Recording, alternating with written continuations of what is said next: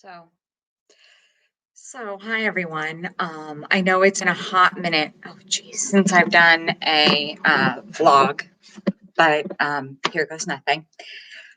I have been working as a distance learning teacher because of the pandemic, and it made me think about COVID and Star Trek, which you wouldn't think as a teacher I would think about those kinds of things, but I do.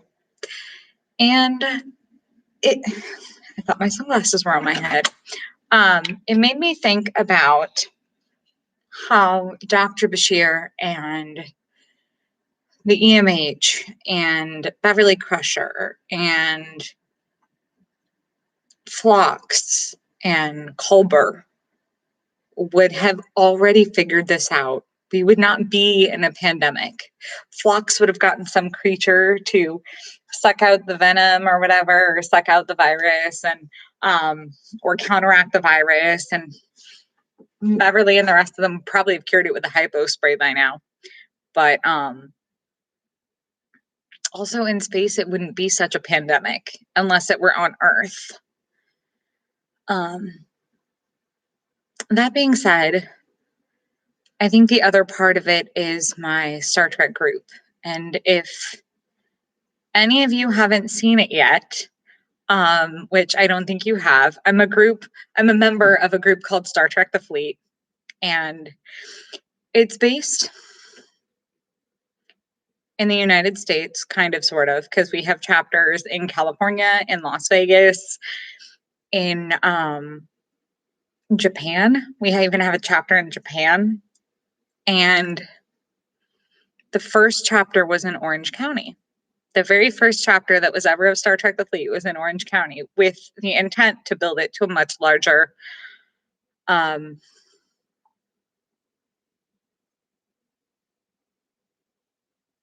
following.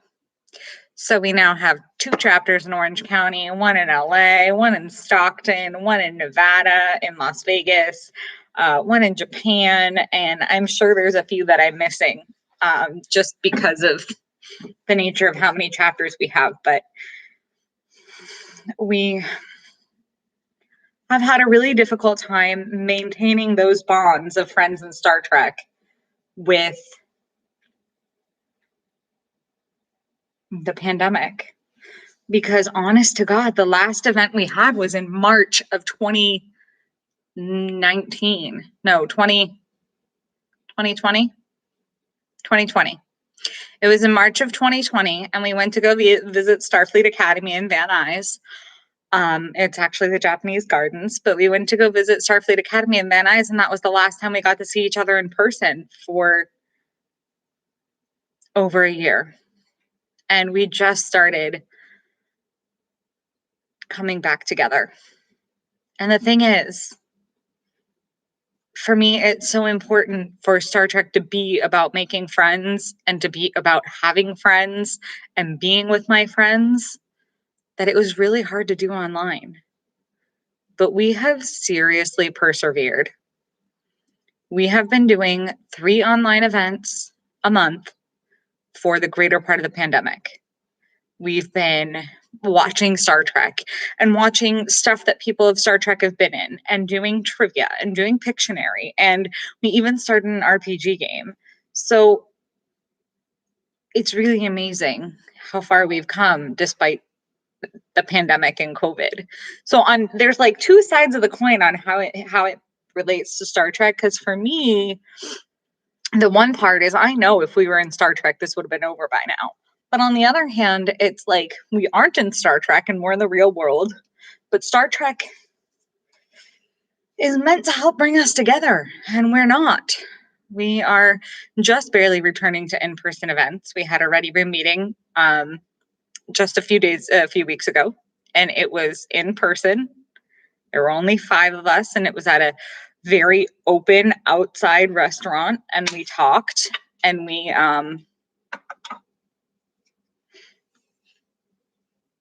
decided what we would like to see for the future of the club, or talked about what we might like to see for the future of the club. And in the pandemic, it's been really hard to follow one of our greatest attributes, one of our greatest things that we do in Star Trek the Fleet, which is charity. Star Trek the Fleet stands on three tenets. It's charity, cosplay, and being a fan of Star Trek. So it's been really hard to do charity during the pandemic. We did a shelter drive for the LA animal shelters because they were seriously undersupplied, understaffed. They had very few animals, at least for cats. And so we wanted to make sure that they had the supplies to help future animals. We did a NAMI fundraiser for mental health awareness recently. And most recently, one of our crew members, Lieutenant Gary, or Lieutenant Davis, had a heart surgery. And he asked us to give of ourselves. He said, there's only one thing I really want. Like, I asked him if he needed help, if there was something that we could do. Could I bring him food? Could I get gift cards for his family so that they can eat while they're in town? And he said, no, just give your blood. Give blood. So we raised a 3-month, or we organized a 3-month virtual fundraiser or blood donation drive. It's virtual, so you can attend, wherever you want. You don't have to come to a specific fundraiser at a specific location. But we're trying to uphold the values of Star Trek in being kind to others and giving of ourselves and just not being selfish. And so a bunch of us are going to donate our own blood. And during COVID, we have tried to embody that charity work even more. I think members of Star Trek the Fleet may have made like 2,000 masks to give out. I personally made 1,000 of them. One of our other crew members made 500 masks to go out.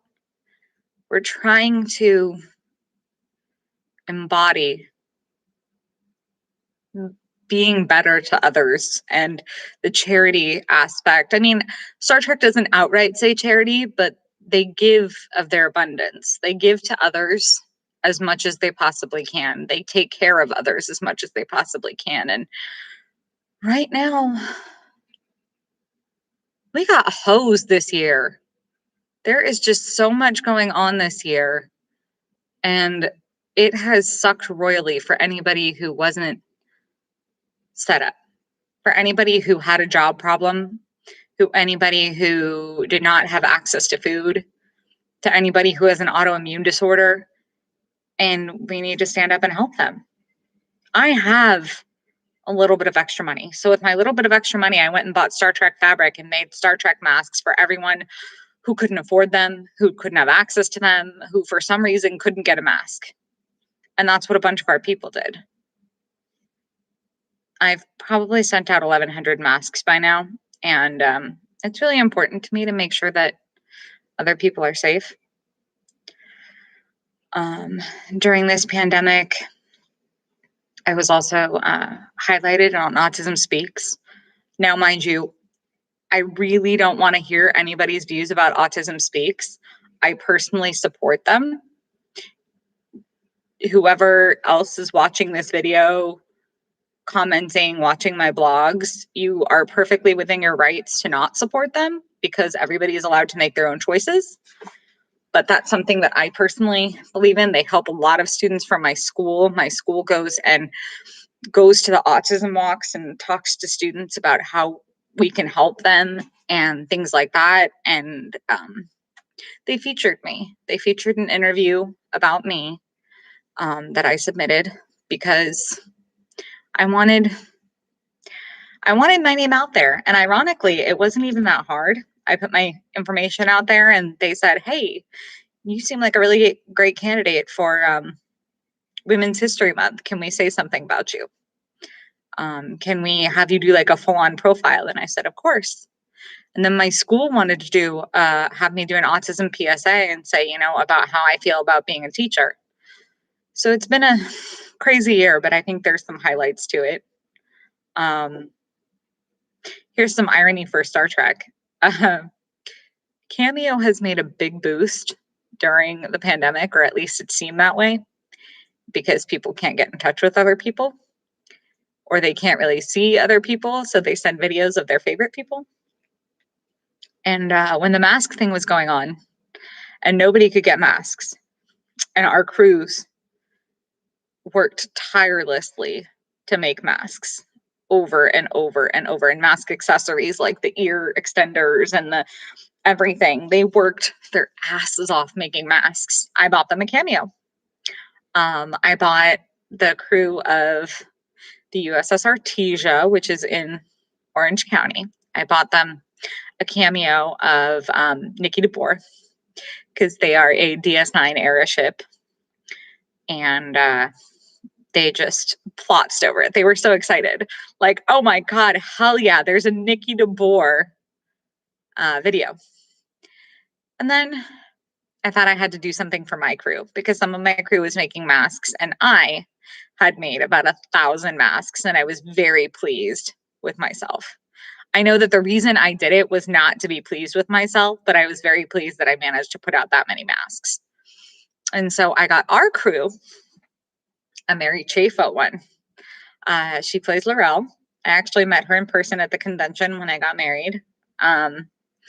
But she did a whole song and dance. Fast forward about a year, and we were all, maybe 8 months, we were all losing hope pretty hard. It seemed like the pandemic was going on forever. And I went online and I found Rekha Sharma, who is in Battlestar Galactica, which I love, but she's also in Discovery. And we asked her to give us a message of hope. I didn't direct her at all. And she, here's a fly. She gave us this message that was amazing. It literally brought tears to my eyes. Mind you, when we actually got the message from her, it was like the day my husband had lost his job, and it was really quite depressing. Because of COVID, they had to make cutbacks. And he's got another job now. Don't worry, everyone. We are set. We are completely set. But there was a couple times there during the pandemic where we had to, well, there might still be times, but there have been times where his job had to make cutbacks or for some reason he was let go. So, but we're persevering. We're continuing to work the jobs that we've got. And so Rekha Sharma made this video that was just heartwarming, and it was touching, and it was probably the sweetest thing I'd ever seen. And I really wanted to tell her thank you, but apparently it requires a $2.99 direct message. So I found her on Twitter and I said, I really wanted to thank you for the Cameo, but I can't pay $2.99 because my husband just lost his job because he got cut back because of the pandemic. And so she turned on free messaging so that I could tell her how much we all love the video, because we did. We were enamored with how hopeful she made us feel. There was another one. Most recently, after we've had our vaccinations and we're now moving on to a world with more hope, we still weren't allowed to go in person. So we went online and found Robert Picardo on Cameo. Now, Robert Picardo is a little more expensive, but we thought, why not? And so we asked him for a message of hope. And his was so vastly different that it almost made us laugh. Actually, it did make us laugh several times. He says, computer, open a channel to Star Trek The Fleet. They are about 300 years ago, so you're going to have to make the temporal differentiation or the temporal redirection, whatever it is. And then he started talking about vaccines and how it's, the vaccines are available and they're pretty effective. And so if we all get vaccinated, then we have hope. If we get vaccinated, which I did because I'm a teacher, and to be a teacher, it would be kind of crazy not to be vaccinated. And again, vaccination is your own choice if you would like to or you wouldn't like to. That's not the aim to this video. I'm just noting that vaccinations are available, and because of vaccinations and mask wearing, the numbers have gone down. Either way, Star Trek has been a real ray of hope for us during the pandemic. We've been rewatching it and rewatching it in order to make really tough trivia questions, and rewatching it just to be with friends, and even just hanging out with other people who like Star Trek, and not even talking about Star Trek, because guess what? We needed people. There was a time toward the beginning of the pandemic where I had not one, but two students who had COVID. And it really broke my heart. And I felt really depressed because I was like, damn, this is real. This is real tough. Like, I've had two kids. I mean, they thankfully recovered from it because they're young and they're healthy, but it really kind of sucked the hope and the wind right out of me. So I developed a craft and hang for my friends. It's on Facebook, and we basically get online once a week and just craft with each other. And I've made a Star Trek Enterprise out of diamond dots, which is pretty funny. I've made Star Trek bears, Star Trek washcloths, Star Trek pot holders. I'm pretty crafty, anything Star Trek, but that's just because I love Star Trek and I love crafting. So if I can blend the two together, that's great. Resin work, yarn work, diamond dots work, pretty much anything that came my way because I needed something to fill the void of the pandemic. Our Star Trek people have been a ray of hope, whether it just be the Star Trek people, like the people who like Star Trek that I'm friends with, or the Star Trek people like the actors who are out there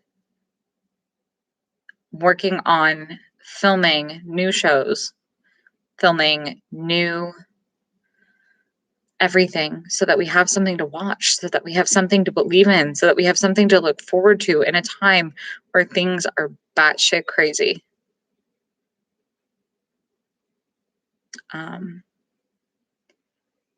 If I hadn't been quarantined with my husband, I think I would have lost my mind. If I had been alone, and we have a gorgeous little fur baby now who her name is 7 of 9, and I'll have to do a video with her later on so everyone can see her because she's at home. And we have another one named Molly, partially named after Molly O'Brien, but also partially named after Molly Weasley from Harry Potter. My husband's a big old Harry Potter fan, and I'm a big old Star Trek fan, and we both love the other's fandom, but I don't love Harry Potter nearly as much as I love Star Trek, and he's the other way around. I just know that I think what doesn't break us makes us stronger. And I think our Star Trek group will be stronger now because we've had to go this long. I think we will relish those moments of seeing each other in person. And believe you me, sitting with just 4 other people and myself and eating at an outdoor restaurant for the first time in like a year and a half, somebody that wasn't my family. Because like I've gone out to lunch with my family who are all vaccinated. I've been to like my mom's house and my dad's house and my not my dad's house, my sister's house, because they're all vaccinated, or most of them are vaccinated. So I was going there and hanging out with vaccinated people, but I hadn't hung out with people outside of my family. And so I am very amazed. And when they interviewed me for Autism Speaks and all those other interviews that I did, I mentioned that I appreciate things more. Like, I never had friends growing up. So when I became a Star Trek fan and had a bunch of friends that were kind of built in, and now lead out a Star Trek group in the greater LA area.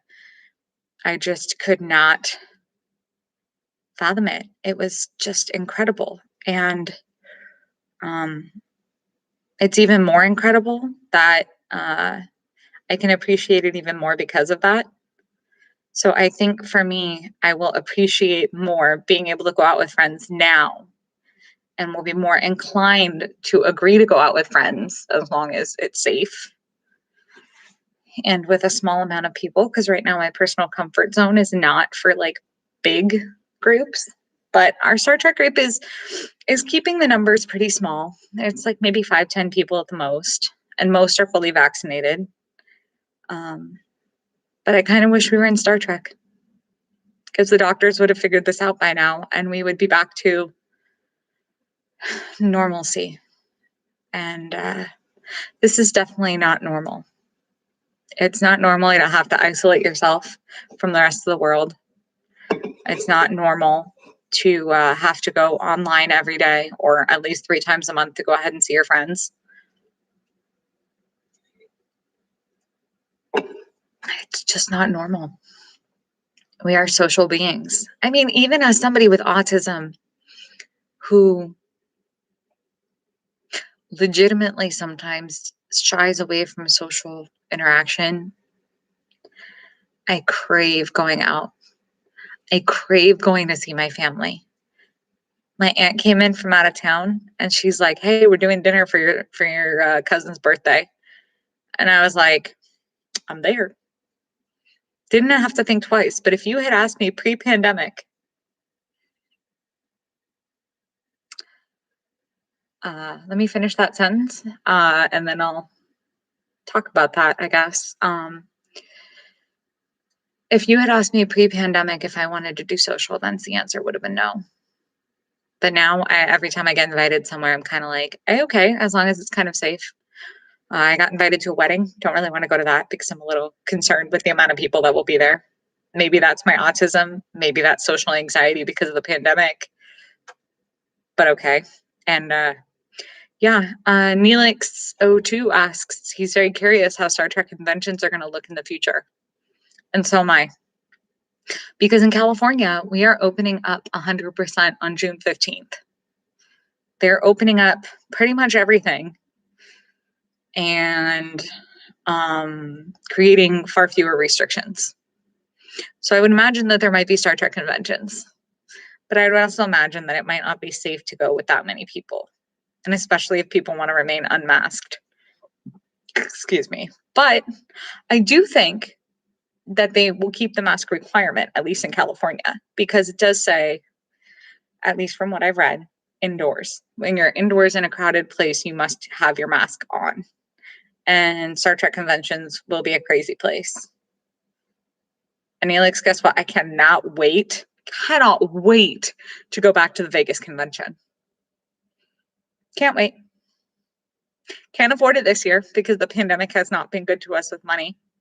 I mean, we're fine, but we didn't get to save a lot this year. And so we don't have the requisite, I think it's like $3,000 that I calculated that we would need with the tickets and the lodging and the food, and having a lot of extra so that you don't have to feel guilty purchasing these things that you know you want from the vendor's room. I don't have that money. I got married the weekend of a Star Trek convention, which was really freaking amazing.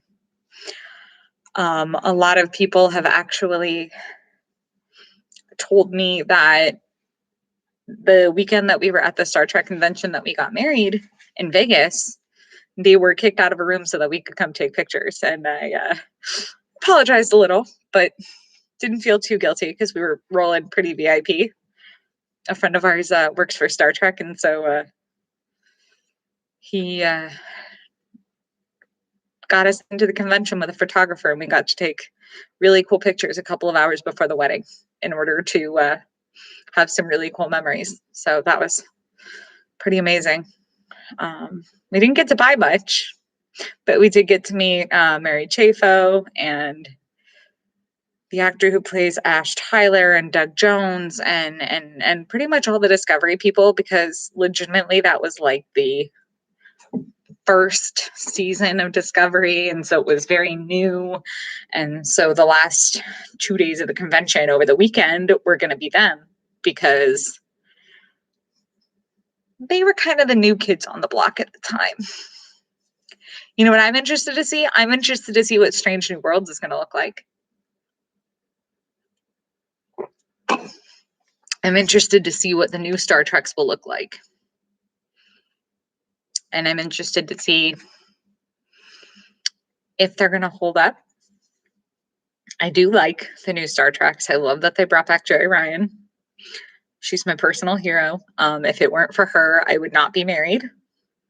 I would have not developed the social skills that I have, and that I kind of realized I had inside, but didn't really realize that they were there or that I needed to learn them. Oh, hold on.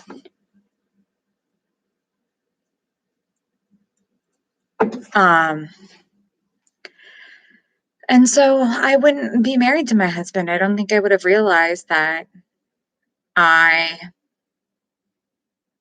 have the ability to have better social skills if it weren't for 7 of 9.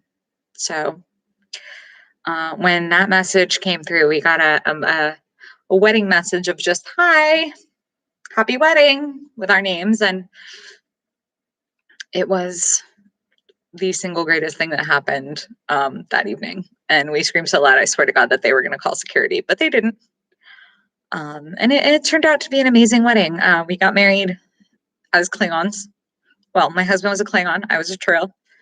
We got married in the traditional Klingon way, with the bride walking in. We didn't do the pain sticks because we didn't want weapons at the wedding, but we did the traditional Klingon script from Deep Space Nine. You are cordially invited. And it was pretty amazing. We had to throw in a little talk with the rabbi, and we had our own handwritten vows too. But it was a very cool blending of Star Trek and Judaism. I am Jewish. And I will say that I love that the live long and prosper actually came from Judaism. Around the time that Leonard Nimoy was asked to come up with a Vulcan salute, there was a lot of anti-Semitism. And he kind of wanted to give a big middle finger to the anti-Semites. So he made it a Kohan symbol from Judaism. It's a symbol where you get under the tallis and you do your salute, as it were. And it's now pop culture history. I realize that most of this video has not been about the pandemic, but I think you'll learn more about me in this vlog than you have learned about me in a long time. And I know that there were some commenters, some subscribers who wanted to know about me. I'm a teacher of students with autism.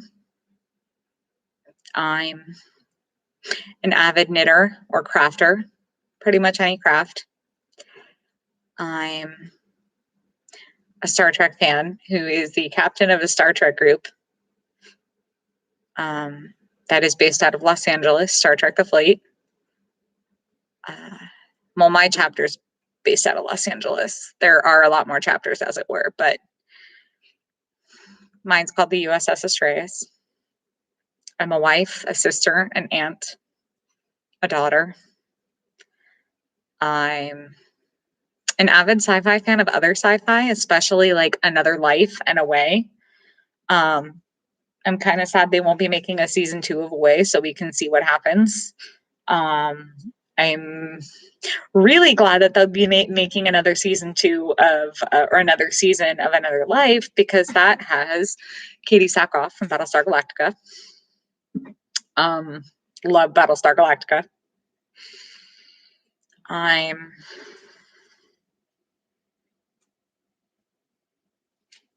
proud cat mommy. I have 2 sweet babies. I just told you guys, but I'll tell you again. We have 7 of 9. and Molly. 7 of 9 is obviously for 7 of 9, and Molly is half named after Molly O'Brien and half from Deep Space Nine and TNG, and half after Molly Weasley from Harry Potter. But all of that, and I have autism. I am so many more things than just my autism. But I'm also a person whose family only has one car. So I have to go take the bus to go home, and I will see you all very soon.